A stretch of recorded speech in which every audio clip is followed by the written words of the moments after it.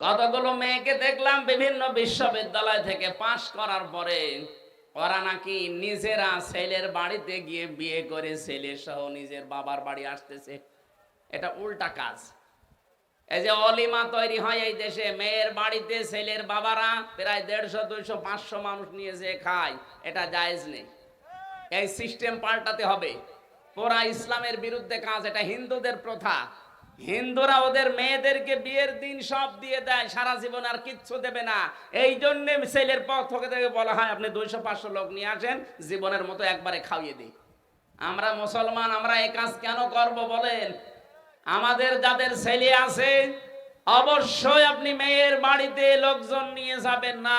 আপনি মেয়ের বাড়ি থেকে লোকজন নিয়ে, নিজের আত্মীয় স্বজন নিয়ে গরু ছাগল জবাই করে নিজের বাড়িতে খাওয়াবেন। এটা অলিমা বলা হয়। কি বলা হয়? এটা আজকে পুরা আমরা পাল্টিয়ে বস যাত্রী বানিয়েছি। কিসের বস যাত্রী? আপনি কি রাগ করলেন? এই বস যাত্রীর সিস্টেম এলাকায় নেই। কোনদিন জীবনে যদি মান সম্মান আত্মসম্মান থাকে বরযাত্রী যাবেন না। ছেলে মানুষের দায়িত্ব হচ্ছে তার বাবার দায়িত্ব, নিজে গরু ছাগল জবাই করে মেয়ের পক্ষ থেকে আরো লোকজন নিয়ে এসে নিজের পক্ষের লোকজন নিয়ে নিজের বাড়িতে খাওয়ানো। এটা উল্টি এখন মেয়ের বাবার ঘাড়ে ফেলেছে। এটা বলছি কেন বারবার? কারণ আমার ছেলে নেই, আমার 3টা মেয়ে। আরে ভাই, আমার বাঁচা লাগবে না? না, তারপরেও ইসলাম যেটা সেটা বললাম। সম্মানিত মা বোনেরা, কোন ছেলের বাবা যদি বলে 200 মানুষ নেওয়া লাগবে, ওই ছেলেকে বিয়ে করবেন, এটা ছোট লোক। কয়েকজন চিল্লাচ্ছে খালি মেয়ের বাবারা, আমরা আর ছেলের বাবারা সব নিশ্চুপ হয়ে আছে। না, এই ছোট লোকের কাজ আপনাকে বাদ দেওয়া লাগবে। ইসলাম যেটা মানতে চায় না, ইসলাম যেটা সমর্থন করে না। 2 নম্বরে কি দিয়েছেন? আমি এবার আলেমদের বলছি। আল্লাহ পাক বলেন আংতা ওয়া যাওজুকাল জান্নাহ, নিজে এবং নিজের স্ত্রীকে নিয়ে যাও বাড়িতে। কি করবা বাড়ি যেয়ে? অকুলা, এর মাঝখানে কিন্তু আংতা নেই। আল্লাহ কিন্তু বলতে পারতেন আংতা ওয়াকুলা, তুমি নিজে এবং ওখানে যাওয়ার পরে দুইজনে যা খাবে তাই খাবে না, একবারে কোলা দিয়ে বচন দিয়েছেন। বউকে নিজের বাড়িতে নিয়ে আসার পর যেই মানের খাবার তুমি খাবে, ঠিক ওই মানের খাবার তাকে খাওয়ানো লাগবে। যে অধিকার আল্লাহ দিয়েছেন দেখেছেন, কোনোদিন চিন্তাও করে না, ওরা জানে না তো।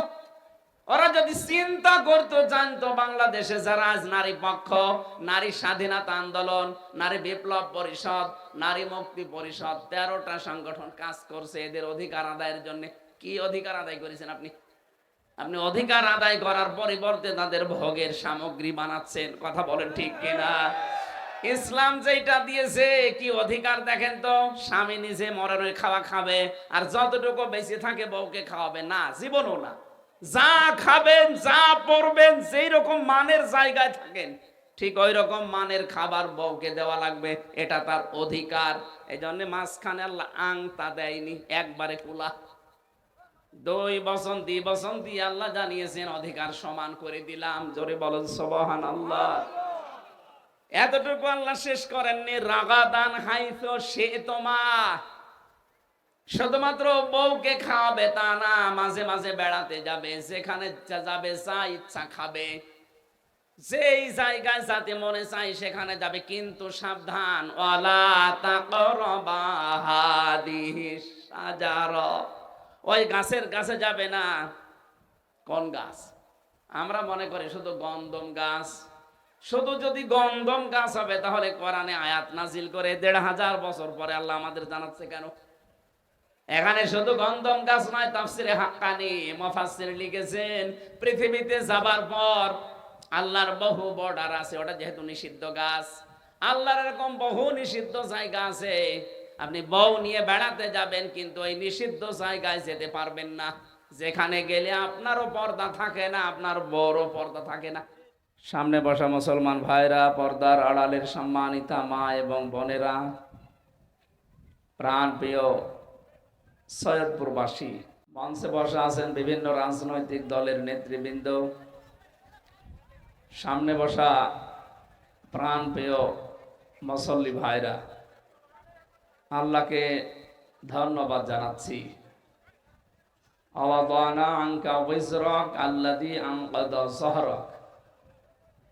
আল্লাহ পাক বলেন, হে নবী, আপনার পিঠ থেকে আমি একটা বিশাল বোঝা সরিয়ে দিয়েছি, যেটা আপনার পিঠকে বাঁকা করে ফেলেছিল। এই কথাটা নবীজিকে আল্লাহ জানিয়েছেন ১৫০০ বছর আগে। কত বছর? ওই সময় আইএমএ জাহিলিয়াত যেটা ছিল, তার বিভিন্ন কর্মকাণ্ড নবীজিকে এত বেশি ব্যথিত করেছিল, তার পিঠ পর্যন্ত, মাথা পর্যন্ত বাঁকা হয়ে গিয়েছিল। ১৫০০ বছর পর ২০২৪-এর ৫ আগস্টের আগ পর্যন্ত আমাদের বুকের ওপর একটা জগদ্দল পাথর ছিল, এটার নাম আওয়ামী জাহিলিয়াত। ওইটা ছিল আইএমএ জাহিলিয়াত, আর এটা আওয়ামী জাহিলিয়াত। প্রায় একই, খালি শব্দ একটু আলাদা।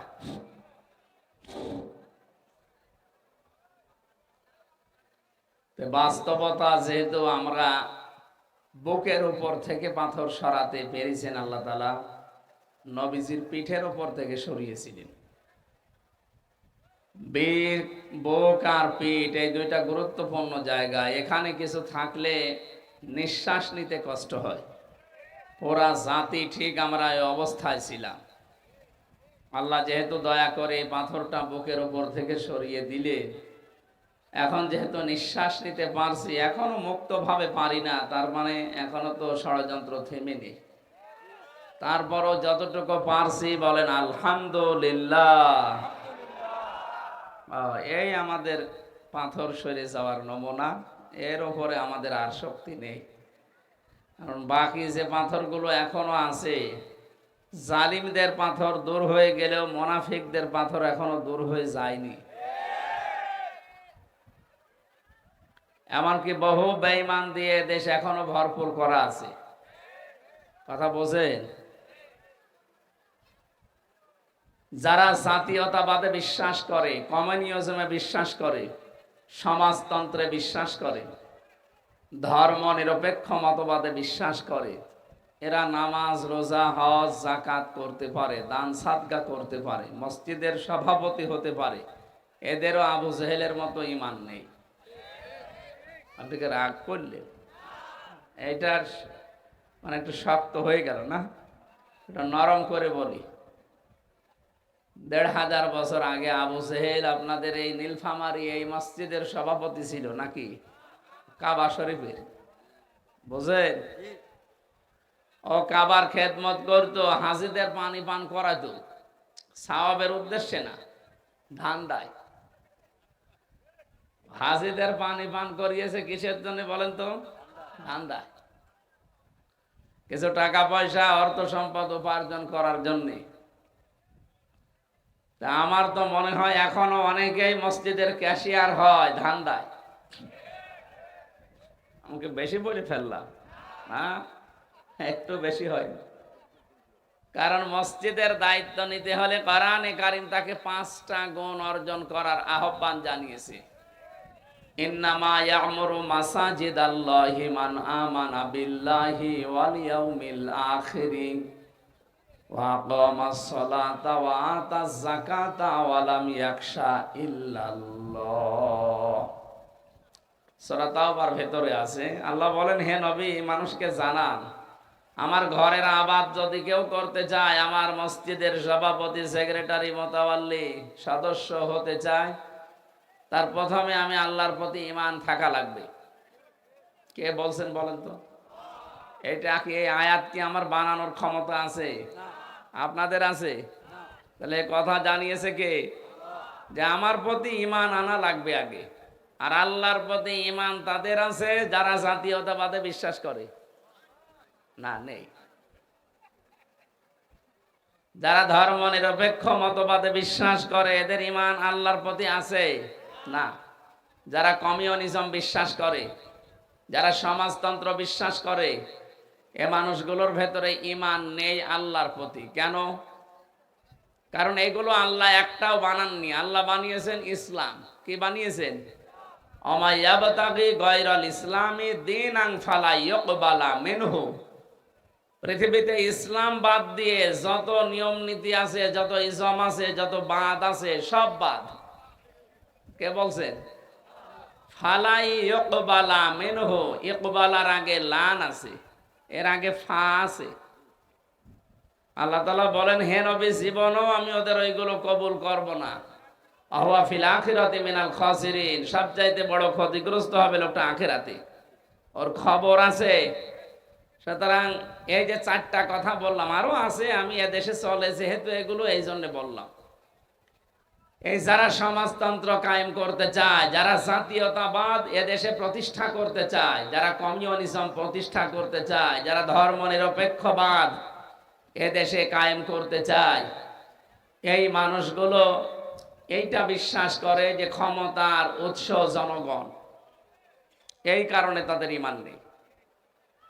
আমরা যারা এই দেশে একামতে দিনের দায়িত্ব পালন করতে চাই, আল্লাহর দিনকে জমিনে এদেশে প্রতিষ্ঠা করতে চাই, তারা বিশ্বাস করি ক্ষমতার উৎস আল্লাহ। কথা বুঝতেছেন? এটা সেমিনার হলে আমার মনে হয় ভালো হতো আজকে।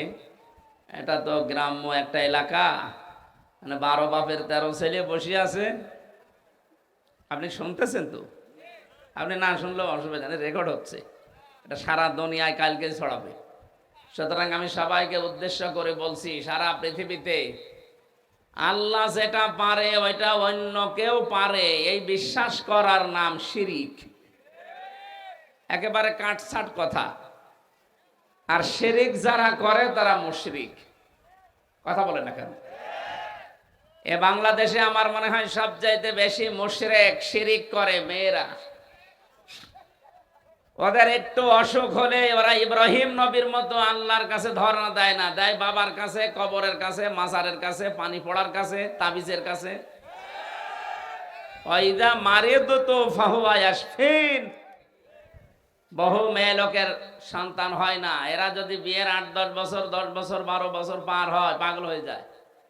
তখন হয় বাবার মাজারে যায়, নাই ডাক্তার মাক্তার যা আছে দুনিয়ায়, এমন কোনো কিছু নেই যা এমন মানে ব্যাঙের পা ধরেও দরকার হয় মাপ চায় যে বাবা ব্যাং তুমি আমারে কিছু দাও। আপনি একটা মানুষ, আশরাফুল মাখলুকাত, আপনি কি করলেন? আমরা তো এমন বাবার সন্তান যে বাবার 91 বছর পর্যন্ত সন্তান হয়নি। বিয়ের পরে হযরতে ইব্রাহিমের কেউ বলেছে 83 বছর, কেউ বলেছে 91 বছর। 91 বছর বিয়ের পরে সন্তান হয়নি, তারপরেও তিনি কোনো মাজারে কবরে গিয়ে বলেননি আমার ছেলে দাও, মেয়ে দাও, বলেছে? এই বাবার সন্তান হয়ে এই বাবার ছেলে আর মেয়ে দাবি করে আপনি মাজারে যাচ্ছেন মানে? সন্তান দেওয়ার একচ্ছত্র মালিকানা কার? সুতরাং আল্লাহ বাদে যারা অন্য কারো কাছে কিছু চাচ্ছেন, সে যেভাবেই হোক, অনেকের অসুখ হয়, সারতে চায় না, শেষে আর বলে না আর হবে না। অথচ আমাদের বাবার অসুখ হওয়ার পরে তিনি বলেছিলেন, ওয়াইদা মারিদতু ফাহুয়া ইয়াশফিন। আমি যখন অসুস্থ হই, আমাকে সুস্থ করার দায়িত্ব কার? ঔষধ এগুলো মাধ্যম। আল্লাহ যদি ঔষধের উপরে তার হুকুম জারি না করেন, কিয়ামত পর্যন্ত ঔষধ খেলেও আপনি সুস্থ হতে পারবেন না। আমি এই জেলে যাওয়ার পরে কয়েকটা রোগ হয়ে গেছে আমার, মাথায় একটা, আরো বিভিন্ন ঠান্ডা জনিত। ঔষধ এমন কোনো কিছু নেই যে বাংলাদেশে এমন বড় ডাক্তার নেই যে দেখায়নি, কিন্তু এখনো আল্লাহর হয়তো হুকুম হয়নি ঔষধের উপরে, এই জন্য কাজ হচ্ছে না। যতদিন পর্যন্ত আল্লাহর হুকুম এই ঔষধের উপরে না আসবে, ওই বাংলাদেশে আরাফাত ডাক্তার না, সবচাইতে বড় ডাক্তার উনি, ওনারে বেটে খেয়ে ফেললেও রোগ ভালো হবে না। এইটা বিশ্বাস করার নাম হচ্ছে আল্লাহর প্রতি ঈমান।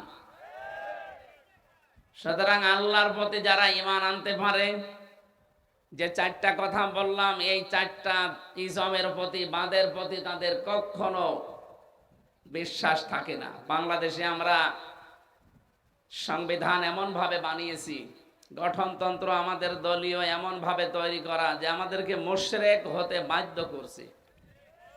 বাংলাদেশ জামাতে ইসলামী এইটা মানে না যে ক্ষমতার উৎস জনগণ, এই জন্যে তাদের নিবন্ধন বাতিল করে দিয়েছিল।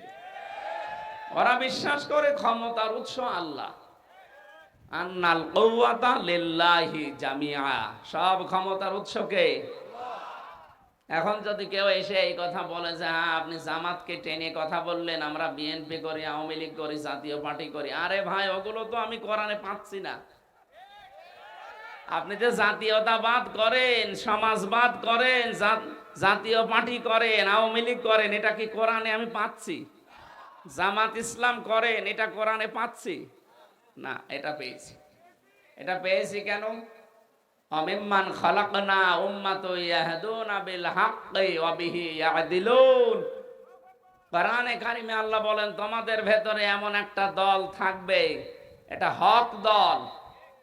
এখন যদি বলেন এই জায়গায় উম্মাতুন শব্দ আছে, জামাত ইসলাম কোনে আছে? আরে ভাই, এই যে ভোট দিয়ে আমরা নির্বাচিত করি মানুষদেরকে, ভোট এ শব্দ কোরআনে আছে, ভয়কার ট নেই, কিন্তু আমানত আছে। আমানত মানে রায় দেওয়া, ভোট দেওয়া, সমর্থন দেওয়া, সাপোর্ট দেওয়া। ৯৯টা অর্থ আছে আমানতের। তো এইটা যেমন আমানত শব্দ দিয়ে আল্লাহ বুঝিয়ে দিয়েছেন, উম্মাতুন দিয়ে আল্লাহ জামাতে ইসলামে বুঝিয়েছেন। কারণ জামাত ইসলামের কাজ এই আয়াতের সাথে মিলে যায়। তারা ইয়াহদুনা বিল হক, মানুষদেরকে সঠিক পথের সন্ধান দেবে। এ বাংলাদেশে বহু মানুষ বহু দিকে সন্ধান দিচ্ছে, কেউ বাবার দিকে, কেউ স্বামীর দিকে, কেউ চাচার দিকে, কেউ দরবারের দিকে। জামাত ইসলামী বাংলাদেশের দিকে বলেন তো আপনি আঙ্গুল তুলে কথা বলতে পারবেন যে ওরা ওর বাবার দিকে ডাকে, ওরা ওর নেতার দিকে ডাকে, কথা বলতে পারবেন?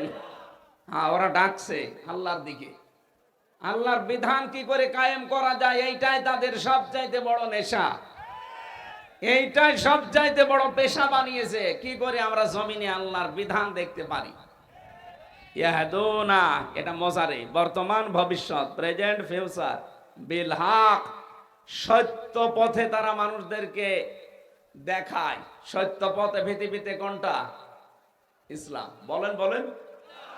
ইসলামের দিকে যদি কেউ ডাক না দিয়ে অন্য কোন দিকে ডাক দেয়, সে যেন জাহিলিয়াতের মৃত্যুবরণ করে। আমি আশা করছি এই কাটছাট কথা আপনি বুঝে ফেলেছেন। এরপরও যদি না বোঝার ভান করে উল্টা দিকে নিয়ে যান। সেদিনে যে ঠাকুরগাঁও হরিপুরে গিয়েছিলাম থানায়, আল্লাহর এক বান্দা উল্টা বুঝে আমারে বলছে আপনি দাড়ি পাল্লায় ভোট চাইলেন। আরে ভাই, এখনো তো আমরা মার্কায় পাইনি, আমি ভোট চাইলাম কি করে? আমরা মার্কা পেয়েছি? দেখেন তো, ও তাহলে আমার চাইতে বেশি বুঝে ফেলেছে। আমি আলোচনা করলাম ১-১.৫ ঘন্টা, আমার চাইতে ও কথা শোনার আগেই বেশি বুঝে ফেলেছে। না, আপনি উল্টা বুঝবেন না। আপনার কথা যদি কোরআনে থাকতো, আপনি সারা জীবন জুলুম করেন, জালেমের পক্ষে কোনো কথা আল্লাহ কোরআনে দিয়েছে? তাহলে আপনার এখন যদি প্রশ্ন হয় তাহলে মাহফিল আমি আর দেব না, আপনাকে দিতে বলেছে কেউ? হ্যাঁ, আপনি তো নিজের বাঁশ নিজে নেচ্ছেন। ঝাড়ে বাঁশ ছিল, কেটে আপনি নিজে নেচ্ছেন। আপনাকে কেউ বলছিল ওই ঝাড় থেকে বাঁশ কেটে নিজে নেন? অন্তত যারা ইসলাম চায় তারা করতো, এত বড় আয়োজন না করতো, অন্তত 1/4 করতো। কারণ তাদের জীবনের পেশা এবং নেশা এইটা, টার্গেট এইটা, যে আমি জমিনে কি করে আল্লাহর কথা প্রচার করতে পারি, হক দিকে মানুষকে আমি ডাকবো। অবিহি ইয়াদিলুন, এবং দুনিয়ায় যারা ন্যায় বিচার কায়েম করতে চায়, ন্যায় বিচার কায়েম করা কি ওয়াজের দ্বারা সম্ভব? এটা জায়গা লাগে। কি কথা বলেন না কেন? আপনি যদি জায়গা তৈরি করতে না পারেন, তো ন্যায় বিচার কায়েম করবেন কি করে? আমরা তো চাই ওইটাই, এই মেম্বার যেখানে বসে ইউনিয়নে, এখান থেকে একেবারে সংসদ পর্যন্ত যারা বসে আছে, এই মানুষগুলো যারা আইন তৈরি করে, এমন মানুষ ওখানে পাঠাতে চায় যারা আল্লাহর পক্ষে আইন বানাবে। আপনি জেনার লাইসেন্স দেন, আপনি মদের লাইসেন্স দেন। এই জন্য বলছিলাম যে আপনার ঈমান আছে কিনা আপনি এই 4টা কথার সাথে মিলিয়ে দেখবেন। যেহেতু তাদের দলীয় গঠনতন্ত্রে এটা লেখা আছে ক্ষমতার উৎস জনগণ, সুতরাং আপনার ঈমান নেই। আমি জানি এ কথা আপনার হজম হতে একটু সময় লাগবে, কিন্তু যখন আপনি ওমরের মতো বুঝে ফেলবেন, তখন তামাম দুনিয়া একদিকে, আপনি থাকবেন একা একদিকে। হযরতে ওমরের বাবাকে হযরত ওমর নিজে হত্যা করেছিলেন। কেন? বাবা ইসলামের বিরুদ্ধে এমন এমন কথা বলতো, শেষ পর্যন্ত বিশ্ব নবীর বিরুদ্ধে কথা বলেছিল। ডাক দিয়ে বলেছেন, বাবা 3 বার সংশোধন করার পরে যে কথা বলতে নেই, আমি নবীজিকে আমার কলিজার চাইতে, আমার জীবনের চাইতেও বেশি ভালোবাসি, আপনি আমার বাবা হলেও না এ কথা বলতে পারেন না। 3 বার যখন এক কথাই বলেছে, 1 কপি কল্লা লাগিয়ে দিয়েছে। আপনার ভেতরে যদি ওমরের মতো ঈমান আসে, আপনি তো নীলফামারীর মস্তান। হযরত ওমর ছিল কি মস্তান জানেন? ওনার নাম শুনিয়ে শুনিয়ে বাচ্চারা খাবার খেত, ভয়ে খাবার খাইতে চাইতো না, বলতো ওমর আসতেছে, হা হো না ওমর। যে বলতো আসতেছে ওমর, তাড়াতাড়ি খাবার খেয়ে নিত। এইরকম মস্তান ছিল আপনার বাপ। আর আপনি যে পাতি মস্তান হয়ে আপনার ঠেলায় বাঁচা যায় না। এত বড় টপ টেরর, এত বড় মস্তান যদি কোরআনের সংস্পর্শে এসে এত পরিবর্তন হয়ে যায় যে জান্নাতের গ্যারান্টি পেয়ে গেছে দুনিয়ায়, আপনি ভালো হবেন না মানে আপনার বাপ ভালো হবে, যদি আপনার মন থাকে। কি থাকে? এই জন্য যারা আয়াতের এই 2টা কথা মেনে চলে, মিম্মান খালাকনা উম্মাতুন ইয়াহদুনা বিল হাক্কি ওয়া বিহি ইয়াদিলুন, হক পথে মানুষদেরকে সন্ধান দেয়, আর যারা দুনিয়াতে ন্যায় বিচার কায়েম করার জন্য চেষ্টা চালায়। এদেশে যারা ইসলাম কায়েম করতে চায় তাদের উদ্দেশ্য কিন্তু এই 2টাই। কথা বলেন না কেন? এখন এই দেশে যারা আওয়ামী লীগ করে তাদের উদ্দেশ্য যদি এই 2টা হয়, আমি আজকে আওয়ামী লীগ করা আরম্ভ করব। কিন্তু ওদের উদ্দেশ্য তো এটা না। ওদের উদ্দেশ্য প্রথমে মানুষ খুন, দ্বিতীয় নম্বর শুধু মারিং কাটি। এইগুলো কোরআনে আপনি পাবেন, পুরা কোরআন পড়ে তছনছ করলেও পাবেন। মানুষ খুন করা কোথায় আছে কোরআনে? অথচ 3,732 জন মানুষ হত্যা হয়েছে। সরকারি জরিপের কথা, বেসরকারি জরিপ আছে আরেকটু বেশি। বলেন, সেখানে এতগুলো মানুষ হত্যা হয়ে গেল বিচার ছাড়া, এদের ওপরে কি আদালত কর্তৃক কোনো রায় হয়েছিল যে এদেরকে মেরে ফেলেন? আপনার নিজের ক্ষমতাকে বাঁচাতে আপনি মেরে ফেললেন এদেরকে। আপনি জবাব দিতে পারবেন কোরআনের কাছে? সূরা নিসার 93 নম্বর আয়াত, ওমা ইয়াকতুল মুমিনা মুতাআম্মিদান ফাজাযাউহু জাহান্নামু খালিদান ফিহা। আল্লাহ পাক বলেন, কোন মানুষ যদি ইচ্ছা করে কোন মুমিনকে মেরে ফেলে, তার প্রথম শাস্তি দেব আমি আল্লাহ জাহান্নাম। প্রথম শাস্তি কি? ফাজাযাউহু জাহান্নাম, তার প্রথম পুরস্কার হবে জাহান্নাম। খালিদান ফিহা, 2 দিন পরেই বের হয়ে আসবে না, চিরস্থায়ী থাকবে। আকাদিবাল্লাহু আলাইহি, তার উপরে আল্লাহর গজব, আল্লাহর রাগ। ওয়ালানাহু, তার উপর আল্লাহর লানত। ওয়া আদ্দালাহু আযাবান আযীমা, তার জন্য আল্লাহ যন্ত্রণাদায়ক আযাব রেডি করে রেখেছে। কতগুলো শাস্তি একটা মানুষ হত্যা করলে, অথচ কত মানুষ আপনি মেরে ফেললেন বলেন? হাজার হাজার বছর আগে ফেরাউন ওই জামানায় 7 জন জাদুকরকে হত্যা করেছিল। একেবারে মেরে ফেলেনি, তাদের বিকলাঙ্গ করে দিয়েছিল। 1 হাত আর 1 পা কেটে দিয়েছিল বিপরীত দিক থেকে। সূরা শুআরার ভেতরে আছে তাফসিরে।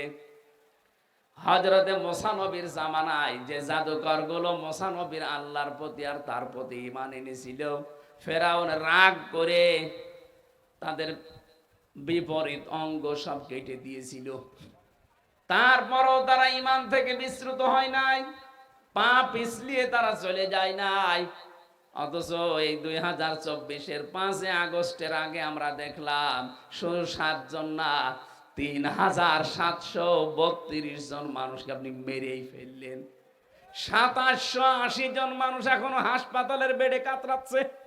কারো হাত নেই, কারো পা নেই, কারো চোখ নেই, কারো অন্ডকোষ উড়ে গেছে। আমি কুষ্টিয়ার সদর হাসপাতালে নিজে দেখতে গিয়েছিলাম 6 তারিখে, যে দেখি অনেকগুলো মানুষের হাত কেটে ফেলে দিয়েছে, কারো পা কেটে ফেলে দিয়েছে, কারো 1 চোখ নেই, কারো 2 চোখই নেই, কারো অন্ডকোষ উড়ে গেছে। ফেরাউন যদি মাত্র 7 জন মানুষকে ঈমান আনার কারণে বিপরীত অঙ্গ হানি করে দেয়, অঙ্গ কেটে ফেলার কারণে, ও কত বড় জালেম! আল্লাহ ওখানে হেদায়েত দেয়নি। আর তাহলে এই দেশে যারা এতগুলো মানুষকে বিকলাঙ্গ করে দিলেন, হাত পা কেটে ফেলতে হচ্ছে তাদের, আপনি কত বড় ফেরাউন বলেন? কথা কত দূর গেল আপনি টের পাচ্ছেন? না, টের পাননি।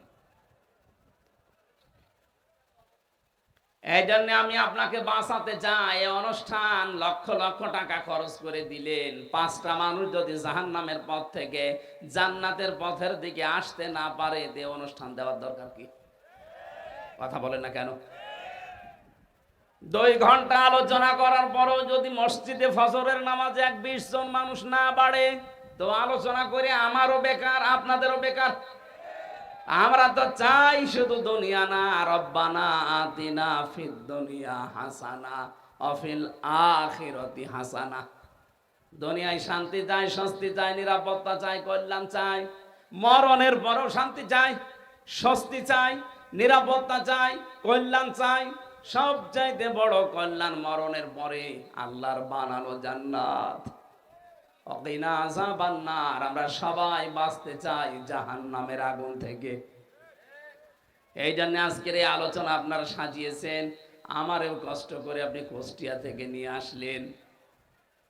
যে কথাগুলো বোঝার চেষ্টা করেন ঠান্ডা মাথায়। আল্লাহর ঘরের দায়িত্ব নেওয়ার জন্য প্রথম নাম্বারে লাগবে তাহলে ঈমান।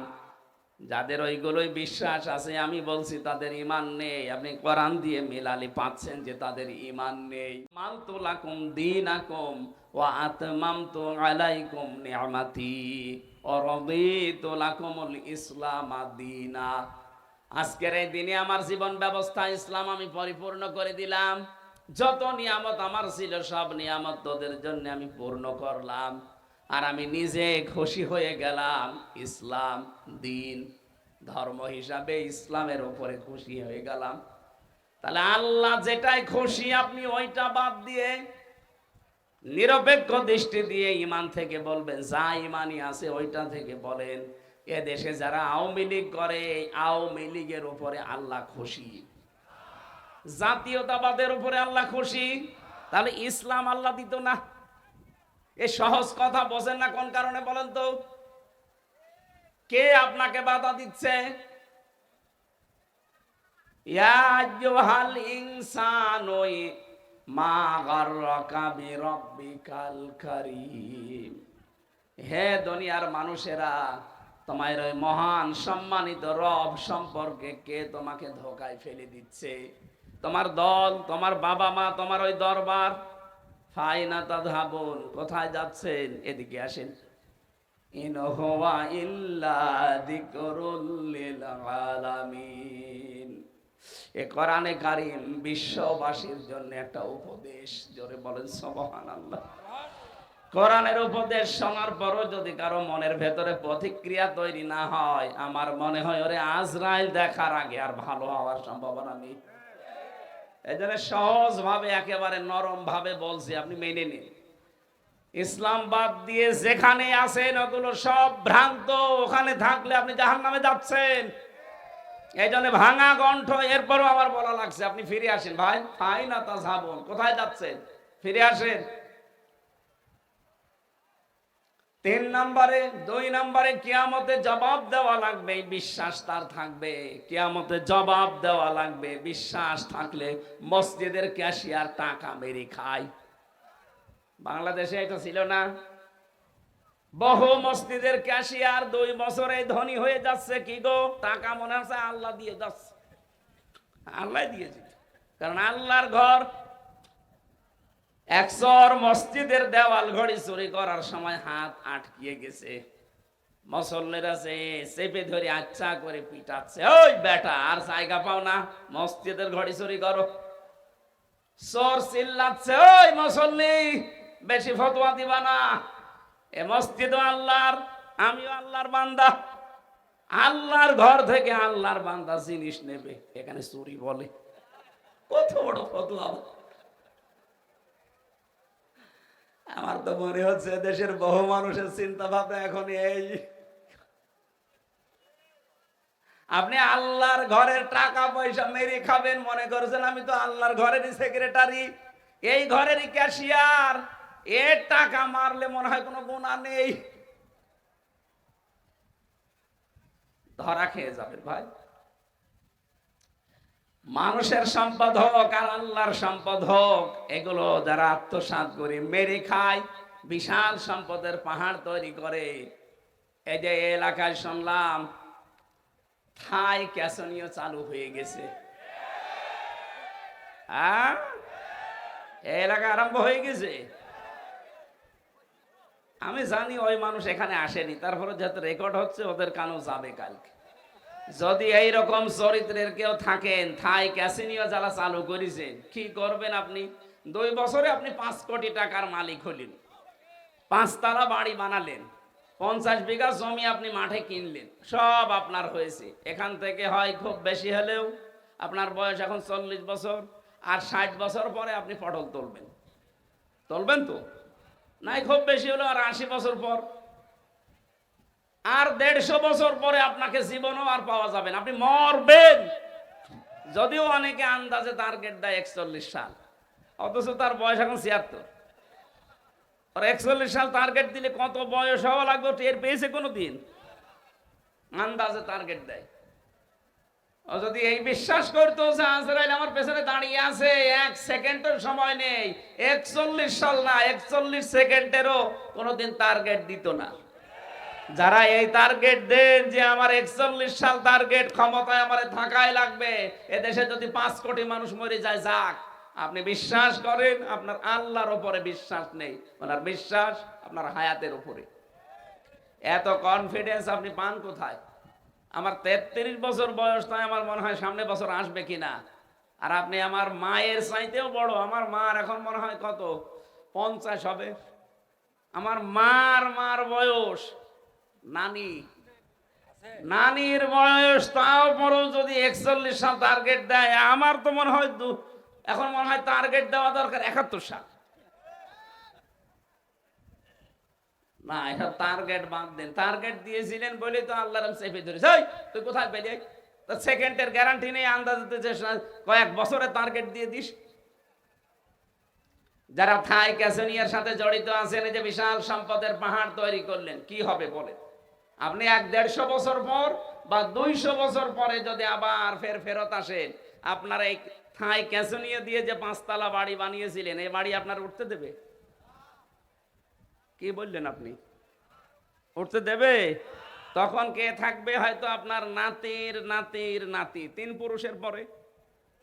যদিও আপনার ছেলে আপনার ছবি বড় করে একেবারে টাঙিয়ে রেখে যায়, 200 বছর পরে আপনার ছেলে থাকবে না, তার ছেলে থাকবে না, তার ছেলে থাকবে না, তার ছেলে থাকবে। 3 পুরুষ পরে যে হবে, মনে করেন তার নাম রাকিব। আপনি একেবারে 200 বছর পরে কবর থেকে জিন্দা হয়ে উঠে আসলেন, এই বাড়ি আমি বানিয়েছি থাই ক্যাসিনো দিয়ে। বলবে, বেটা কিসের চিটারি বাটপারি কর? যদি থাকার জায়গা না পাও, মসজিদের বারান্দায় গিয়ে থাকো। এই 5 তলা বাড়ি আমার দাদার, আমার দাদার, আমার দাদা। ও যে আপনার দাদা, ওর মনেই নেই, কারণ আমারই তো 3 পুরুষের পরে আমার আর মনে নেই। আমার বাবার নাম রিয়াজউদ্দিন, তার বাবার নাম জাহান আলী সর্দার, এরপরে ছিল নমাজ আলী সর্দার, এরপরে আমি আর জানি না কয় পুরুষ। আমি এত হিসাব করে চলি, তারপরও 3 পুরুষের পরে আমার আর মনে নেই। আর আপনার যে ছেলে রেখে যাচ্ছেন, অত 24 ঘন্টা টাল হয়ে থাকে, অত সবসময় বাবার ওপরে আছে। ও তো 1 পুরুষও মনে রাখতে পারবে না। ওরে যদি জিজ্ঞাসা করে কে, এই তোর বাবার নাম কি, শ্বশুরের নাম বলে ফেল। আর আপনি তার জন্য এই থাই ক্যাসিনো দিয়ে, এমনকি এই যে জিনের বাদশাহ এলাকায় এখনো মনে হয় নেই, এগুলো গাইবান্ধা ছিল। জিনের বাদশাহ বগুড়া গাইবান্ধা ছিল। এই সমস্ত উল্টাপাল্টা কাজ করে মসজিদের সভাপতি, সেক্রেটারি, মোতাওয়াল্লি, ক্যাশিয়ারের দায়িত্ব নিয়ে একেবারে বাবা শাহজালাল, মদের কাছে কুত্তা বিড়াল সব হালাল, এই করে যারা সম্পদ কামাই করেছেন। 3 নম্বরে যারা মসজিদের দায়িত্ব নেবে, এই মানুষগুলো নামাজি হবে। নামাজি মানে নামাজ কায়েমকারী হবে। যদি আল্লাহ বলতেন নামাজ পড়নেওয়ালা হবে, তাহলে ফাসল্লি দিতেন যে নামাজ পড়ো, দিয়েছেন আকামাস সালাত। তারা নামাজ কায়েমের আন্দোলন করবে। এই বাংলাদেশে নামাজ কায়েমের আন্দোলন শুধু এই দেশে যারা একামতে দিন কায়েম করতে চায়, শুধু তারা করে। আর বাকিগুলো যা আছে সেই ইসলামী দল বলেন আর ইসলামের বাইরে বলেন, তারাও নামাজ পড়ে। নামাজ কি করে? অথচ 82 জায়গায় আছে নামাজ কায়েম করো, নামাজ দাঁড় করাও, আর এক জায়গায় আছে নামাজ পড়ো। সূরা কাউসারের ভেতরে ফাসাল্লি লি রাব্বিকা, হে নবী আপনি নামাজ পড়েন আপনার রবের জন্য। কয় জায়গায় বলেন বলেন? আর 82 জায়গায় আল্লাহ বলেছেন আকিমুস সালাত, নামাজকে দাঁড় করাও। এই নামাজকে দাঁড় করাতে হয় পরিবার, সমাজ, রাষ্ট্রে, এগুলোর জন্য আইন লাগে। কি লাগে? আল্লাযীনা ইম্মাক্কান্নাহুম ফিল আরদি আকামুস সালাহ, আমি যাদেরকে জমিনে শাসন ক্ষমতা দিয়েছি, ওরা ক্ষমতা পাওয়ার পরে প্রথম আইন পাশ করবে নামাজ কায়েমের। কিসের? আপনার এই সহজ কথা বুঝে আসে না, বলে হুজুর আমার পক্ষে বলেন। আমি আপনার পক্ষে বলবো, আয়াত পাবো কোথায়? আমাকে আয়াত বানাবো? তাহলে নামাজ পড়ার কথা হয়তো নিজে নিজে বলা যায়, কিন্তু কায়েমের জন্য একটা ক্ষমতা লাগে, আইন লাগে। কথা বলেন ঠিক কিনা? আর এইটাই তো আমরা চাচ্ছি। ইসলাম যদি সত্যি এদেশে এসে যায়, আপনি টের পাচ্ছেন এই দেশটা মিনি জান্নাত হয়ে যাবে। তখন ঘর বানাতে গিয়ে, জমি কিনতে গিয়ে চাঁদাবাজি করলে টাকা দেওয়া লাগবে না, ওরে আর উল্টো করে ধরিয়ে দেওয়া যাবে। কিসের চাঁদাবাজ? বাংলাদেশে ইসলাম কায়েম হলে চাঁদাবাজি 100% বন্ধ হবে। মেয়েরা থাকবে 100% তাদের নিরাপত্তা নিয়ে। কত মানুষ আজ জুজুর ভয় দেখাচ্ছে মেয়েদের, যদি ইসলাম কায়েম হয় তোমরা কিন্তু ঘর বন্দী হয়ে যাবা। ওরে শয়তান, ও ভোগ করতে পারছে না তো এই জন্য ওর জ্বালা বেঁধে যাচ্ছে। আমির জামাত ডাক্তার শফিকুর রহমান উনি কিন্তু ঘোষণা অলরেডি দিয়ে দিয়েছে, যদি ইসলাম এদেশে আসে, আল্লাহ যদি আমাদের কাছে আমানত হিসাবে দেন, এদেশে সবচাইতে বেশি নিরাপদে থাকবে, অধিকার নিয়ে থাকবে মেয়েরা। কারণ ইসলাম ওদেরকে যত অধিকার দিয়েছে ওরা জানে না, তাই ওই সেই বানানোর পর থেকে আল্লাহ অধিকার দিয়েছেন। একটু খেয়াল করেন, আমি এই 5-6 মিনিটে এই ঘটনাটা বলি। মেয়েরা যেহেতু অনেক মেয়েরা এসেছে, সম্মানিত মা বোনেরা, শুধু ঘোরাফেরা না, অনেকে গল্প করছেন, অনেকে গেবত করছেন বসে বসে, এগুলো বন্ধ করেন। কান খাড়া করে শোনেন আপনার অধিকার কি দিয়েছে। আপনি না শুনলেও অসুবিধা নেই, কারণ রেকর্ড হচ্ছে। বহু মেয়েরা এখন লাইভে শুনছে। আল্লাহ রাব্বুল আলামিন বলেন, অকুলনা ইয়া আদামু উসকুন আনতা ওয়া যাওজুকাল জান্নাতা ওয়া কুলা মিনহা রাগাদান হাইসু শি'তুমা ইলা আখিরি আয়া। সূরা বাকারার ভেতরে আছে হযরতে আদম সব নিয়ামত পেয়েছেন, অথচ তার মনের ভেতরে কি যেন একটা অজানা অশান্তি। তিনি ঘুমিয়ে পড়েছেন, নিদ্রাচ্ছন্ন। হঠাৎ আল্লাহ তার বাম পাশ থেকে একটা বাঁকা হাড় বের করে হাওয়া আলাইহিস সালামকে বানিয়ে বাম পা জড়িয়ে রেখে দিলেন। আদম নবী ঘুম থেকে উঠেই দেখলেন সুন্দরী একজন নারী বসে আছে। হযরতে হাওয়া এত সুন্দর আল্লাহ তাকে বানিয়েছেন, কারণ নিজের হাতে আল্লাহ এই চেহারাটা বানায়। চেহারা বানায় কে? আরো জোরে, ওয়াল্লাযী ইউসাউবিরুকুম ফিল আরহামি কাইফা ইয়াশা। তিনি সে আল্লাহ যিনি মায়ের রেহেমের ভেতরে তোমাদের আকৃতি বানান। হ্যাঁ, বডি বানিয়েছে ফেরেশতারা, কিন্তু আকৃতি বানিয়েছে আল্লাহ নিজের কুদরতি হাত দিয়ে। এত সুন্দর লাগে মানুষকে দেখতে। যারা আসলে সুন্দরী, আমার মতো না, এই খাপড়া পড়া, সত্যি যারা সুন্দরী বা সুন্দর, ইউসুফ নবীকে আল্লাহ এত সুন্দর করে বানিয়েছেন, মানুষ দেখলে ফল কাটতে যে হাত কেটে ফেলতো। আমাদের নবী মুহাম্মদুর রাসূলুল্লাহকে আল্লাহ এত সুন্দর করে বানিয়েছিলেন, দেখলে মানুষের ক্ষুধা পর্যন্ত মিটে যেত। হযরতে হাওয়াকে আল্লাহ যেহেতু নিজের হাতে বানিয়েছেন, এই পৃথিবীতে যারা এখন বিশ্ব সুন্দরী হয়, আমার মনে হয় তাদের শরীরের সব জায়গাগুলো মাপ জোপ করে করে তাদেরকে সামনে নিয়ে আসা হয়। এমন কোন জায়গা নেই যেখানে মাপ দেওয়া হয় না। ওদের ফিতা আছে আলাদা, ওইটা দিয়ে ওদের যত জায়গা আছে শরীরের সব জায়গাগুলো মাপ দিয়ে দিয়ে তারপরে সামনে নিয়ে আসা হয়। এটা একটা লুচ্চামি। এটা বেহায়াপনা, এটা একটা জেনা। বাংলাদেশেও এটা আরম্ভ হয়েছে। আমরা চাই এই জেনা বন্ধ হোক বাংলাদেশে। বিশ্ব সুন্দরীর নামে মেয়েদের শরীরের এগুলো এই অঙ্গ প্রত্যঙ্গ গুলো প্রদর্শন করা, কথা বলছেন না কেন? এগুলোর জন্য আজ অনেকে বিভিন্ন নাম দিয়ে ঢাকার বুকে বাংলাদেশের জেলা শহরগুলোতে অফিস খুলতে যাচ্ছে, নাম দিয়েছে মানবতার অফিস, অথচ এগুলো হচ্ছে সমকামিতার অফিস। ওরা পুরুষে পুরুষে বিয়ে করতে চায়, মহিলা মহিলায় বিয়ে দিতে চায়, বলেন নাউজুবিল্লাহি মিন যালিক। আর এটা যারা প্রমোট করে তাদেরকে এখন সরকার উপদেষ্টা বানাচ্ছে। আমরা চাই এই ফারুকের মতো মানুষকে পাছায় লাথি দিয়ে যেন খেদিয়ে দেওয়া হয়। এই শয়তান আল্লাহর বিরুদ্ধে অবস্থান নিয়েছে। সমকামিতা আল্লাহর নিষিদ্ধ কাজ না। আল্লাহ বলেন নারী পুরুষে বিয়ে হবে, আর না ও পুরুষ পুরুষে শুরু করেছে। এটা লোত নবীর জামানায় ওরা এই গোনা আরম্ভ করেছিল। পৃথিবীতে এর আগে কেউ করে নাই, ওই সময় আরম্ভ হয়েছে। এখনো পর্যন্ত অনেকে তার অনুসারী আছে। লোত নবীর জামানায় পুরুষে পুরুষে ওরা বিয়ে করতো, মহিলা মহিলায় বিয়ে করতো। এটা আল্লাহ এত বড় রাগ করে শাস্তি দিয়েছিলেন, পুরা শহরটা একেবারে জমিন থেকে জেব্রাইল উঁচু করে একেবারে উলট করে দিয়েছে। ওটা ডেড সি বানিয়ে দিয়েছেন। জর্ডানে এখনো আছে, আপনি যান জর্ডানে যে দেখবেন ওখানে যে সাগর আছে, মৃত সাগর, ডেড সি বলা হয়। ওখানে কোনো কিছু বাঁচে না, সব মরে যায়। আমার মনে হয় বাংলাদেশকে অনেকে মৃত সাগর বানানোর জন্য সূক্ষ্ম ষড়যন্ত্র করছে। হযরতে হাওয়া আলাইহিস সালামকে আল্লাহ নিজের হাত দিয়ে তার এই চেহারা এত সুন্দর সুন্দর করে বানিয়েছেন। আপনার একটু টাচ দেয় আপনি বুঝবেন যে কত সুন্দরী হতে পারে। পৃথিবীর ইতিহাস পড়ে আমি 4 জন মহিলার তালিকা পেয়েছি, সবচাইতে সুন্দরী ছিল তারা। আমাদের মা হাওয়া 1 নম্বরে, 2 নম্বরে পেয়েছি হযরতে বিলকিস। বিলকিসের নাম শোনেননি?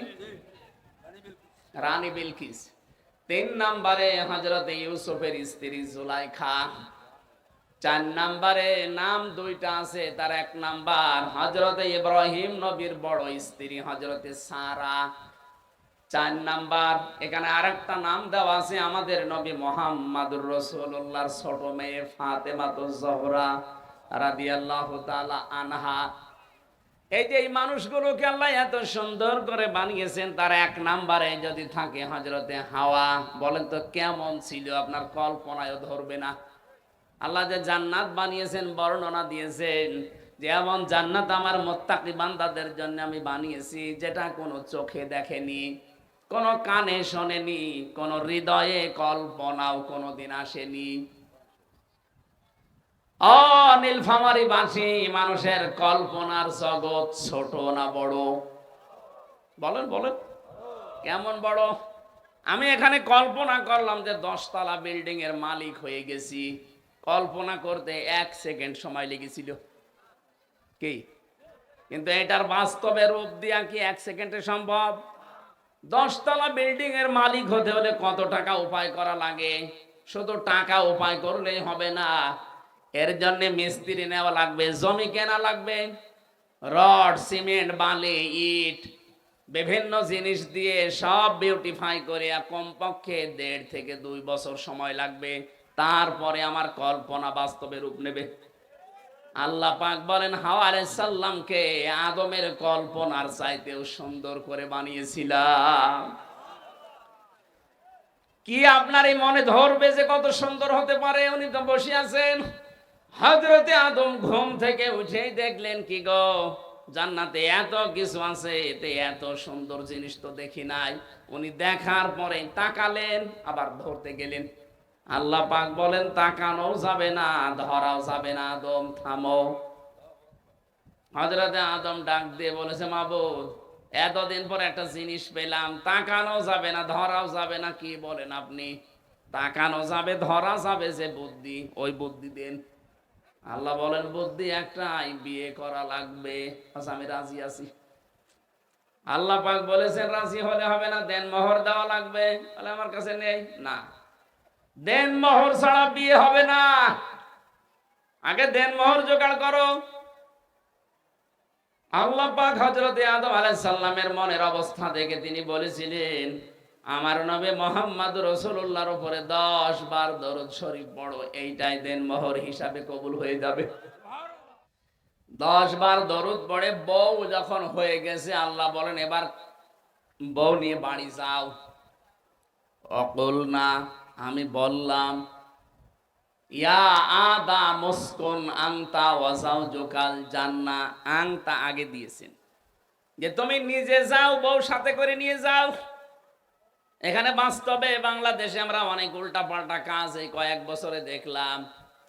বউ বিয়ে করে স্বামী বাবার বাড়ি নিয়ে যাবে, এইটাই কোরআনের নির্দেশ। কথা বলেন না কেন? একেবারে আদম থেকে শুরু। আংতা তুমি নিজে ওয়া যাওজুকাল জান্নাহ, তোমার বউ নিয়ে যাও। কোথায় যাবে? বাপের বাড়ি। আদমের বাড়ি কোনটা? আরো জোরে বলেন।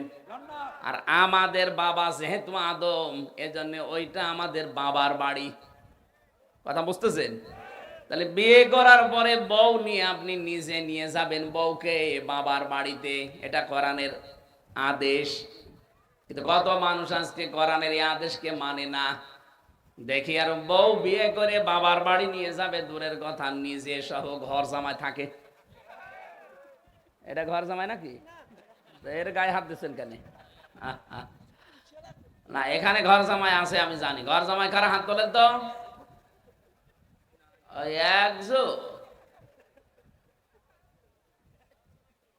এই এলাকায় আমার মনে হয় হাদিস বলা ঠিক হবে না। কতগুলো মেয়েকে দেখলাম বিভিন্ন বিশ্ববিদ্যালয় থেকে পাশ করার পরে ওরা নাকি নিজেরা ছেলের বাড়িতে গিয়ে বিয়ে করে ছেলে সহ নিজের বাবার বাড়ি আসতেছে। এটা উল্টা কাজ। এই যে অলিমা তৈরি হয় এই দেশে, মেয়ের বাড়িতে ছেলের বাবারা প্রায় 150, 200, 500 মানুষ নিয়ে যে খায়, এটা জায়েজ নেই। এই সিস্টেম পাল্টাতে হবে। পুরা ইসলামের বিরুদ্ধে কাজ। এটা হিন্দুদের প্রথা। হিন্দুরা ওদের মেয়েদেরকে বিয়ের দিন সব দিয়ে দেয়, সারা জীবন আর কিচ্ছু দেবে না। এই জন্য ছেলের পক্ষ থেকে বলা হয় আপনি 200-500 লোক নিয়ে আসেন, জীবনের মতো একবারে খাইয়ে দিই। আমরা মুসলমান, আমরা এই কাজ কেন করব বলেন? আমাদের যাদের ছেলে আছে অবশ্যই আপনি মেয়ের বাড়িতে লোকজন নিয়ে যাবেন না। আপনি মেয়ের বাড়ি থেকে লোকজন নিয়ে, নিজের আত্মীয় স্বজন নিয়ে গরু ছাগল জবাই করে নিজের বাড়িতে খাওয়াবেন। এটা অলিমা বলা হয়। কি বলা হয়? এটা আজকে পুরা আমরা পাল্টিয়ে বস যাত্রী বানিয়েছি। কিসের বস যাত্রী? আপনি কি রাগ করলেন? এই বস যাত্রীর সিস্টেম এলাকায় নেই। কোনদিন জীবনে যদি মান সম্মান আত্মসম্মান থাকে, বস যাত্রী যাবেন না। ছেলে মানুষের দায়িত্ব হচ্ছে তার বাবার দায়িত্ব, নিজে গরু ছাগল জবাই করে মেয়ের পক্ষ থেকে আরো লোকজন নিয়ে এসে নিজের পক্ষের লোকজন নিয়ে নিজের বাড়িতে খাওয়ানো। এটা উল্টি এখন মেয়ের বাবার গাড়ে ফেলিস। এটা বলছি কেন বারবার? কারণ আমার ছেলে নেই, আমার 3টা মেয়ে। আরে ভাই, আমার বাঁচা লাগবে না না। তারপরে ইসলাম যেটা সেটা বললাম। সম্মানিত মা বোনেরা, কোন ছেলের বাবা যদি বলে 200 মানুষ নেওয়া লাগবে, ওই ছেলেকে বিয়ে করবেন, এটা ছোট লোক। কয়েকজন চিল্লাচ্ছে খালি মেয়ের বাবারা, আমরা আর ছেলের বাবারা সব নিশ্চুপ হয়ে আছে। না, এই ছোট লোকের কাজ আপনাকে বাদ দেওয়া লাগবে। ইসলাম যেটা মানতে চায় না, ইসলাম যেটা সমর্থন করে না। 2 নম্বরে কি দিয়েছেন? আমি এবার আলেমদের বলছি। আল্লাহ পাক বলেন আংতা ওয়া যাওজুকাল জান্নাহ, নিজে এবং নিজের স্ত্রীকে নিয়ে যাও বাড়িতে। কি করবা বাড়িতে?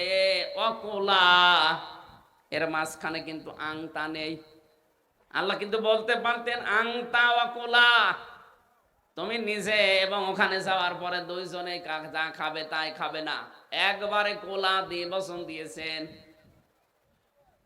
বউকে নিজের বাড়িতে নিয়ে আসার পর যেই মানের খাবার তুমি খাবে, ঠিক ওই মানের খাবার তাকে খাওয়ানো লাগবে। যে অধিকার আল্লাহ দিয়েছেন দেখেছেন, কোনোদিন চিন্তাও করে না, ওরা জানে না তো। ওরা যদি চিন্তা করতো, জানতো বাংলাদেশে যারা আজ নারী পক্ষ, নারী স্বাধীনতা আন্দোলন, নারী বিপ্লব পরিষদ, নারী মুক্তি পরিষদ, 13টা সংগঠন কাজ করছে এদের অধিকার আদায়ের জন্য। কি অধিকার আদায় করেছেন আপনি? আপনি অধিকার আদায় করার পরিবর্তে তাদের ভোগের সামগ্রী বানাচ্ছেন। কথা বলেন ঠিক কিনা? ইসলাম যেটা দিয়েছে কি অধিকার দেখেন তো, স্বামী নিজে মরণের খাওয়া খাবে আর যতটুকু বেঁচে থাকে বউকে খাওয়াবে না, জীবনও না। যা খাবেন, যা পরবেন, যেই রকম মানের জায়গায় থাকেন ঠিক ওই রকম মানের খাবার বউকে দেওয়া লাগবে, এটা তার অধিকার।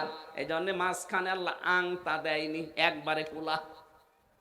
2 বছর 2 বছর দিয়ে আল্লাহ জানিয়েছেন অধিকার সমান করে দিলাম। জোরে বলেন সুবহানাল্লাহ। এতটুকু আল্লাহ শেষ করেননি, রাগাদান হাইতো সে তোমা, শুধুমাত্র বউকে খাওয়াবে তা না, মাঝে মাঝে বেড়াতে যাবে, যেখানে যাবে যা ইচ্ছা খাবে, যেই জায়গায় যাতে মনে চাই সেখানে যাবে, কিন্তু সাবধান, ওয়ালা তাকরাবা হাদিস শাজারা, ওই গাছের কাছে যাবে না। কোন গাছ? আমরা মনে করি শুধু গন্ধম গাছ। শুধু যদি গন্ধম গাছ হবে তাহলে কোরআনে আয়াত নাজিল করে 1500 বছর পরে আল্লাহ আমাদের জানাচ্ছে কেন? এখানে শুধু গন্ধম গাছ নয়, তাফসিরে হাক্কানি মুফাসসির লিখেছেন পৃথিবীতে যাবার পর আল্লাহর বহু বর্ডার আছে, ওটা যেহেতু নিষিদ্ধ গাছ, আল্লাহর এরকম বহু নিষিদ্ধ জায়গা আছে। আপনি বউ নিয়ে বেড়াতে যাবেন কিন্তু ওই নিষিদ্ধ জায়গায় যেতে পারবেন না, যেখানে গেলে আপনারও পর্দা থাকে না, আপনার বড় পর্দা থাকে না। এরকম অনুষ্ঠান নেই? এরকম বহু বিয়ের অনুষ্ঠান আছে যেখানে গেলে নিজেরও পর্দা শেষ, বড় পর্দা শেষ, না ওখানে যাওয়া যাবে না। প্রশ্ন আসতে পারে, আমার আপন চাচাতো বোনের মেয়ের বিয়ে, বোন তাই কি? আল্লাহর অর্ডার ওভারটেক করে বোনের অর্ডার মানা যাবে? ও যদি রাগ করে করুক, আল্লাহর জন্য সম্পর্ক ত্যাগ করা জায়েজ আছে? কি কথা বলে না কেন? মান আহাব্বা লিল্লাহ, কাউকে ভালোবাসলে আল্লাহর জন্য বাসবেন। ওয়া আবগাদা লিল্লাহ, কাউকে ঘৃণা করলে, সম্পর্ক ত্যাগ করলে আল্লাহর জন্য করবেন। ওয়া তাআ লিল্লাহ ওয়া মানা লিল্লাহ, কাউকে কিছু দিলে আল্লাহর জন্য দেবেন, কাউকে কিছু নিষেধ করলেও আল্লাহর জন্য করবেন। ফাকাদ ইস্তাকমালাল ঈমান, নবীজি বলেন সে যেন তার ঈমানকে পরিপূর্ণ করে নিল। ও জাহান্নামে যাচ্ছে, তবে আপনিও যাবেন। আপনি একটু দাঁড়ান, একটু দাঁড়ান। এই জায়গায় যদি থমকে যেতে পারেন, দেখবেন ওই মানুষগুলো চিন্তা করবেন না এ শক্ত আছে, সামনে যদি আমরা অন্তত ইসলামিক কিছু করি এরে দিয়ে করানো যাবে না। এ নিজের আপন বোনের মেয়ে, বেপরদায় বিয়ে হচ্ছে তাই আসে না। চিন্তা করেছেন? আমরা যদি প্রত্যেক জায়গা থেকে এরকম শক্ত হতে পারি। আমি শপথ নেওয়ার দিন বুঝেছিলাম যে পর্দা কারে বলে। আমরা 120টার উপরে প্রশ্ন করেছি, কেন্দ্র থেকে যিনি এসেছিলেন 120টার উপরে প্রশ্নের প্রায় 20টার উপরে পরিবারের পর্দা নিয়ে। অথচ আমি একজন আলেম মানুষ, সারা দেশে কোরআনের প্রচার করে বেড়াচ্ছি, পর্দা যে এইভাবে করা লাগে এত কঠিন, আর সবাই না।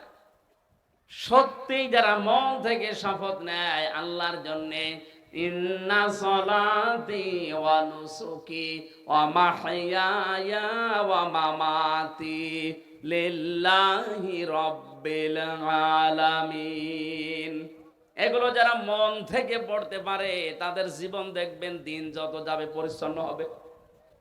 আমি তো এর আগে এটা বাস্তবে টের পাইনি, এখন আমি আস্তে আস্তে টের পাচ্ছি যে হ্যাঁ এটা তো কঠিন বিষয়। কারণ আমি তো আর ওনার হাতে হাত দিয়ে ইন্না সলাতি পড়ি নাই, পড়েছি আমার আল্লাহর হাতে হাত দিয়ে, উনি একটা মাধ্যম। এই কথা বুঝতেছেন?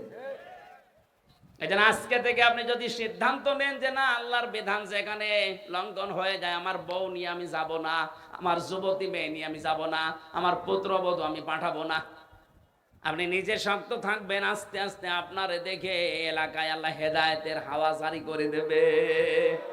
আর আপনি যদি সোতে গা ভাসিয়ে দেন, ও মনে করবে ইমাম ওসা, আমিও তাই। আমরা নিজেদের জায়গা থেকে আমরা মুসলিম, আমরা শক্ত হব। আল্লাহ আমাকে সহ যারা এসেছি, বউ নিয়ে এমন জায়গায় যাবেন যেখানে গেলে পর্দাটা ঠিক থাকে। বলেন এরকম জায়গা কই? আপনি যাবেন না।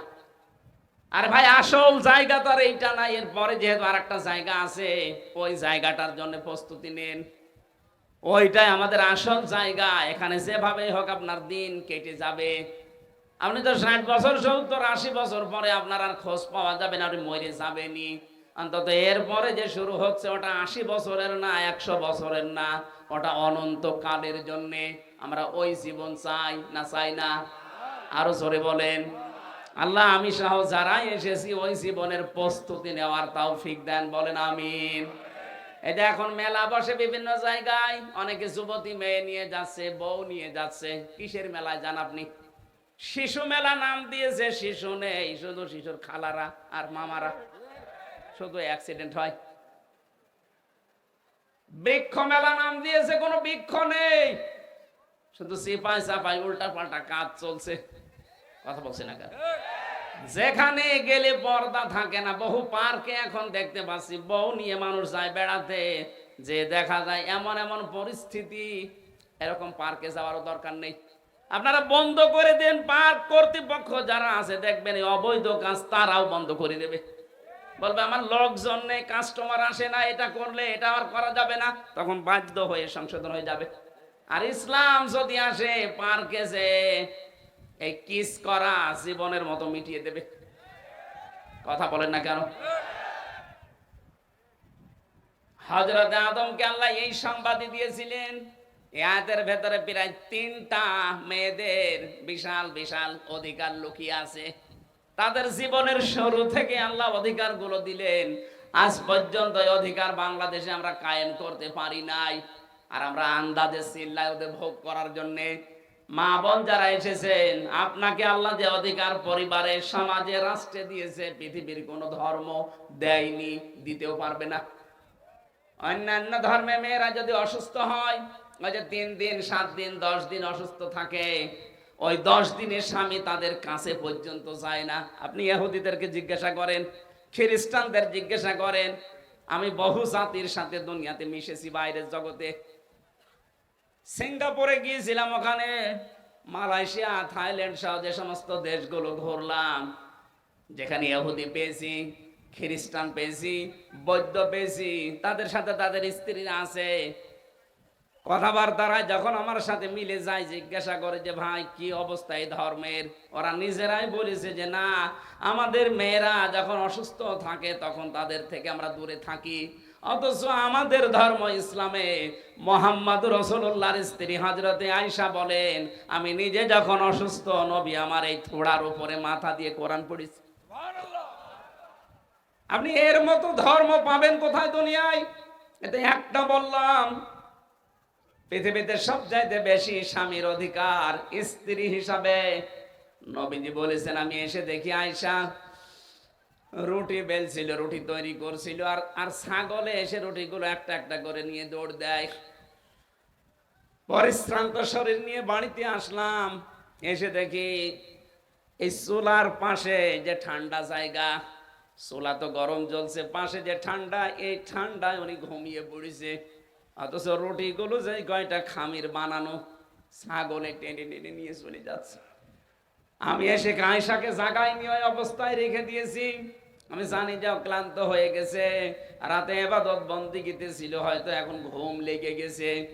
নিজে এসে নতুন করে আটাগুলো আমি খামির করলাম, এরপরে রুটিগুলো তৈরি করে সেকলাম, তরকারি আমি গরম করলাম, তার মানে গোশত তৈরি করলাম। সব কমপ্লিট করার পরে নিজে খেয়ে চলে যাব না, সব কমপ্লিট করে এবার নিজের স্ত্রীকে আয়েশাকে ডাক দিলাম, ওঠো। হযরতে আয়েশা ঘুম থেকে ওঠার পরে, তিনি কিন্তু জ্ঞানী মানুষ ছিলেন, যদিও ছোট মানুষ, তিনি বিচক্ষণ ছিলেন। চিন্তা করলেন, কি গো, আমি তো এত রুটি বানাইনি, আমি তো ঘুমিয়েছিলাম, এগুলো বানিয়েছে কে? ঠিক আমার স্বামী বানিয়েছে।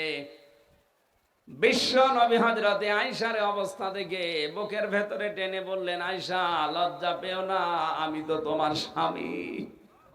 এই হচ্ছে ইসলাম। এই অধিকারগুলো আপনারা পাবেন যদি ইসলামে দেশে ক্ষমতায় আসে। কথা বলেন না কেন? আমরা চাই মেয়েদের অধিকারগুলো আল্লাহ যেন ইসলামের মাধ্যমে ফিরিয়ে দেন, বলেন আমিন। নামাজ পড়লে হবে না, নামাজ কায়েম করা লাগবে।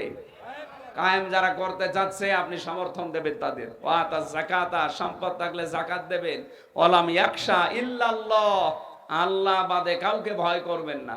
এই 5টা গুণ যাদের ভেতরে আছে, তাদেরকে আল্লাহ জানিয়েছেন আমার মসজিদের সভাপতি, ক্যাশিয়ার তারা হবে। অথচ একটা গুণও নেই, জোর করে সভাপতি, সেক্রেটারি, ক্যাশিয়ার হয়ে বসে আছে। কারণ এখানে থাকলেই কিছু টাকা আল্লাহ রাস্তায় মারা যায়। বলেন সুবহানাল্লাহ। বাংলাদেশে বহু মসজিদ এরকম নেই ক্যাশিয়ার, বলেন।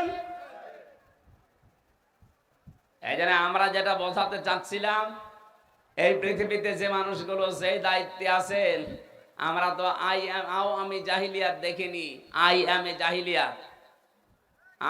জাহিলিয়াত আমরা দেখিনি ১৫০০ বছর আগে। আমি জাহিলিয়াত অন্তত দেখে আসলাম। এটা যেহেতু একটু মুক্ত হয়েছে, কিন্তু এখনো থেমে নেই, ষড়যন্ত্র চলছে, চলতে থাকবে। এই ষড়যন্ত্রের মোকাবেলা করার জন্য আমাদেরকে প্রস্তুতি নেওয়া লাগবে। কথা বলে ঠিক কিনা? দুনিয়ার হিসাবে আমরা যে যে জায়গায় আছে প্রস্তুতি নেই, আর আল্লাহর আখিরাতের জন্য সবচাইতে বড় মাধ্যম হচ্ছে তার ক্ষমা। সূরা আলে ইমরানের ১৩৩ নম্বর আয়াতে আল্লাহ আমাদেরকে এইটা জানাচ্ছেন, আসারিউ ইলা মাগফিরাতিম মির রাব্বিকুম। আল্লাহ বলেন দৌড়াও, আমি আল্লাহর ক্ষমার দিকে দৌড়াও। নীলফামারীবাসী, সারা বাংলাদেশের মালিক হয়ে ২০০ বছর আপনি ক্ষমতায় আছেন, কিন্তু যদি আল্লাহর ক্ষমা আপনি না পান, আপনার পুরা জীবনটাই ব্যর্থ। একটু তাকিয়ে দেখেন না আবুল আহাবের দিকে। আপনার চাইতে সম্পদ তার কম ছিল না, সে ধর্মমন্ত্রী ছিল। মা গনা আনহু মালুহু ওয়া মা কাসাব। তার সম্পদাদি, তার যে উপার্জনের যত ছিল, একটাও কাছে তো আসে না, উপকারেও আসে না।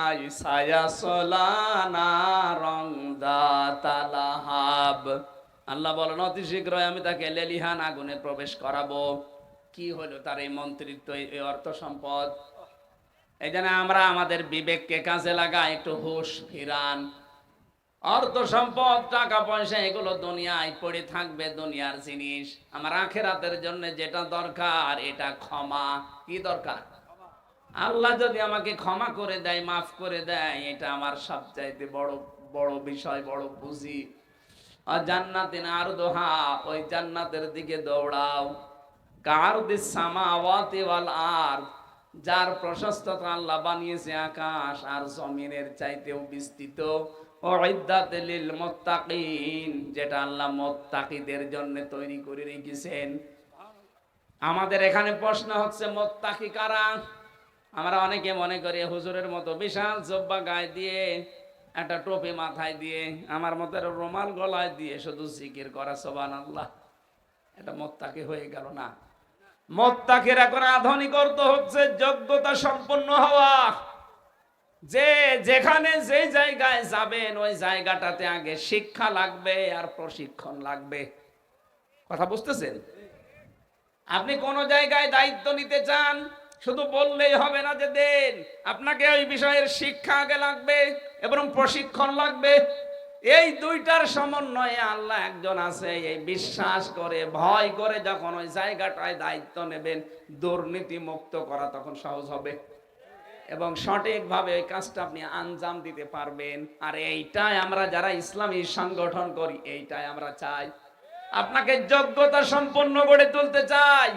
আপনি ডাক্তারি লাইনে পড়বেন, পড়েন, কিন্তু আপনাকে কিছু শিক্ষা এবং প্রশিক্ষণের মাধ্যমে ছোটকাল থেকে এমন ধাঁচে গড়ে তোলা হবে, আপনি ডাক্তার হবেন ফরিদপুরের ডাক্তার শাহিন জর্দারের মতো, খুলনার ডাক্তার মতিয়ার রহমানের মতো, রাজশাহীর ডাক্তার ফাতেমা সিদ্দিকার মতো।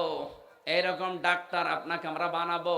শিক্ষাও থাকবে, প্রশিক্ষণ থাকবে, পাশাপাশি তাকওয়া থাকবে। ওই জায়গাটা তখন আপনি দুর্নীতি মুক্ত করে দেখাতে পারবেন। ঔষধ কোম্পানির লোক আসবে গাড়ি নিয়ে, বাড়ি নিয়ে, বিভিন্ন হাদিয়া তওফা নিয়ে, বলবে আমার এই ঔষধটা লেখেন। আপনি যদি দেখেন না এটা লিখার মতো না, এর কোয়ালিটি ওই পর্যায়ে নেই, শুধু গাড়ি আর বাড়ি না, সারা বাংলাদেশ লিখে দিলেও আপনি তাকে ঔষধ লিখে দিতে পারেন না। এরকম ডাক্তার আমাদের দেশে আছে। Doctor Motiar Rahman, doctor Shahin Jordar, doctor Fatema Siddika, এইগুলো বানান, এর নাম তাকওয়া। আর আমরা চাই এইরকম তাকওয়া অর্জন করে প্রত্যেকটি জায়গায় লোক সেট করতে। এই কথা বলছেন না কেন? আপনি তাকান তো প্রত্যেক জায়গায় আপনি আদালতের দিকে তাকান, এইরকম যোগ্যতা সম্পন্ন লোক তৈরি হচ্ছে। এখন বলতে পারেন অন্য, হ্যাঁ অন্য দলে আছে, কিন্তু তাদের ভেতরে শিক্ষা আছে, প্রশিক্ষণ আছে, কিন্তু তাকওয়া নেই। ওরা আল্লাহর ভয় নেই, এই জন্য ঠুনকো একটা মামলা আপনাকে ধরিয়ে 10 লাখ টাকা নিয়ে নেবে। কিন্তু আপনি শিশির মনিরের কাছে জানতো, অ্যাডভোকেট রকন রেজার কাছে জানতো, আমি জোর করে টাকা দিতে চাই, তারপরও বলে না, যেটা খরচ ওইটা লাগবে, বাকিটা আমার দেওয়ার দরকার নেই। হারাম খাওয়ার জন্য আমি আদালতে বসে নেই। আর কত উকিলকে এই 3.5 বছরে তো দেখলাম, খরচ হবে 2000 টাকা, 50,000 টাকা নিয়ে বসে আছে, বলছে লাগে, অথচ লাগে না। এই জন্য আমরা উকিল বানাতে চাই ডাক্তার অ্যাডভোকেট শিশির মনিরের মতো, উকিল বানাতে চাই অ্যাডভোকেট রকন রেজার মতো। ডাক্তার আমরা যাদের নাম বললাম, এরকম ডাক্তার তৈরি করেন, তখন আর এই যে 2 নাম্বার ঔষধ আর আসবে না, যেটা লিখার দরকার ওইটা লিখবে। এই জন্য আমরা যদি তাকওয়া অবলম্বন করে জায়গা জায়গায় সেট হতে পারি, আল্লাহর কসম এই দেশ আল্লাহ আমাদের হাতেই তুলে দেবেন। আল্লাহ পাক যদি এই দেশটা ইসলামের হাতে দিয়ে দেয়, ইসলাম যদি এদেশে কায়েম হয়ে যায়, এমন এমন কাজ তখন আঞ্জাম দেওয়া যাবে, ভবিষ্যতে দেখবেন আল্লাহর ক্ষমা পাওয়ার জন্য আল্লাহ আমাদেরকে ডাকছেন, আসো আসো আমার দিকে আসো, আমি আল্লাহ তোমাদের জন্য ক্ষমা নিয়ে বসে আছি। লা তাকনাতু মির রাহমাতিল্লাহ ইন্নাল্লাহা ইয়াগফিরুয যুনুবা জামিআ ইন্নাহু হুয়াল গফুরুর রহিম। ইসলাম কায়েম হওয়ার আগ পর্যন্ত আল্লাহ পুরা মক্কায় যত আয়াত নাজিল করেছেন, কোন জায়গায় ইয়া আইয়ুহাল্লাযীনা আমানু বলেন নাই। আপনি যত জায়গায় ইয়া আইয়ুহাল্লাযীনা আমানু দেখবেন, সব মদিনায় নাজিল হওয়া। তার মানে মক্কায় যতদিন ইসলাম কায়েম হয়নি, কাঙ্ক্ষিত মানের মুমিন থাকা সেখানে সম্ভব না। এদেশে যতদিন পর্যন্ত ইসলাম কায়েম না হবে, আপনি আকাশ দিয়ে উড়ে গেলেও আল্লাহর কাছে কাঙ্ক্ষিত মানের ইমানদার না। যদি ইসলাম কায়েম হয়ে যায়, আপনি বাধ্য হবেন তখন ভালো কাজ করতে, আপনার মন চাইবে না, তারপরও আপনাকে বাধ্য করবে। অনেকে বলে, হুজুর আমি একটু লাল পানি খাই, আমি একটু বাবা খাই, ডাল খাই, একটু আকিস বিড়ি খাই, আমার এইটার কি হবে যদি ইসলাম এসে যায়? হ্যাঁ, আপনি খেতে পারবেন, আপনি খেতে পারবেন। আজকে যদি এই যে সামনে যে মসজিদটা, এখন এই মসজিদে আপনি নামাজে যান জোহরের সময়, আপনার এখন বিড়ির নিশা, এই 4 দেওয়ালের মাঝে থাকাকালীন বিড়ি খেতে পারবেন? আসতে বলেন কেন? কারণ পরিবেশটা এরকম, আপনার বিবেকে বাধা দেবে। এদের মতো হুজুর দেখলে আপনার বিবেকে বলবে না, এখানে বিড়ি খাওয়ার মতো জায়গা না, বিড়ি যদি খেতে চাই বের হয়ে এই বাসতলায় খাবেন, খাবেন, কিন্তু ওই জায়গায় থেকে খেতে পারবেন না, কারণ ওখানে বিধান চলছে কার? আরো জোরে বলেন বলেন। আল্লাহ পাকের বিধান যদি 56,000 বর্গ মাইলে কায়েম হয়ে যায়, পুরা 56,000 বর্গ মাইল হয়ে যাবে একটা মসজিদের মতো। তখন আপনি আর গোনা করার জন্য মন চাইবে, তারপরও বলবেন না, এখানে আমি করব কি করে, কারণ আর শাস্তির বিধানগুলো তো তখন থাকবেই। এই জন্য আল্লাহর ক্ষমা তখন সহজ হয়ে যাবে আমার জন্য। বানানো যে জান্নাত, ওইদিকে আমি দৌড়ে প্রবেশ করতে পারবো। জোরে বলেন আমিন। আল্লাহুম্মা আমিন। লা ইলাহা ইল্লা আনতা সুবহানাকা ইন্নী কুনতু মিনাজ জালিমিন। ও আল্লাহ, দিনের বেলা সব কাজ বাদ দিয়ে তোমার এই বান্দা বান্দিগুলো কোরআনে কারীম শোনার জন্য, বলার জন্য এই ময়দানে বসে আছে।